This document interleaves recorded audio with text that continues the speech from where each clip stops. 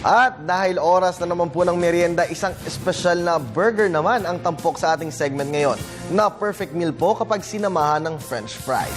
Huwag na po natin patagalin pa, alamin po natin kung paano gawin ito sa Merienda Time ni Elizabeth Katchi.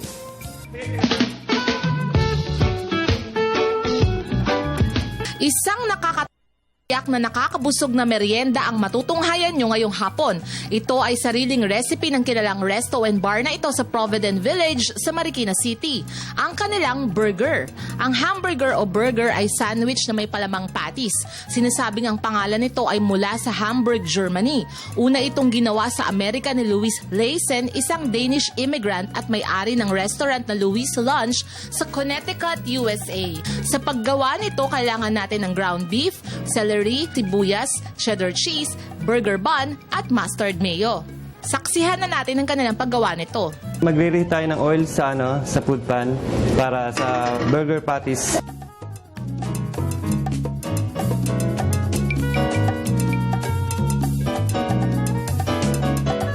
So from time to time dapat binabaliktad natin yung meat niya para equal ang luto ng meat ng burger patties.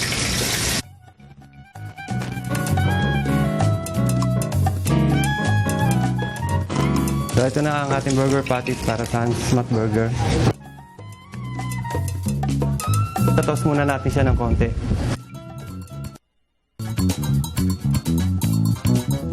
So ganito na po yung paggawa namin ng Hans-Smack Burger.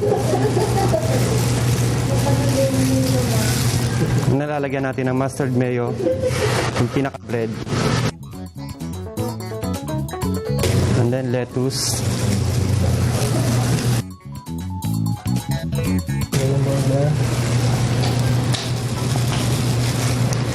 Meron siyang kasamang onion,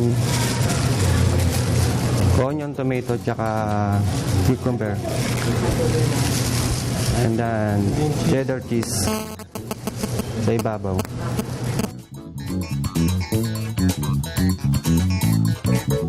Ito na ang nakakatakam na burger na masasarap kung may fries. Muling husga nito ni Princess Habiba at ng kanyang grupo. Siguradong nasarapan sila sa bukod tanging burger na ito. 140 pesos ang presyo nito na may kasama pang fries. Kaya tiyak na solve ang merienda nyo dito. Ano ang hinihintay nyo? Merienda time na! Para sa Telebisyon ng Bayan, Elizabeth Katchi.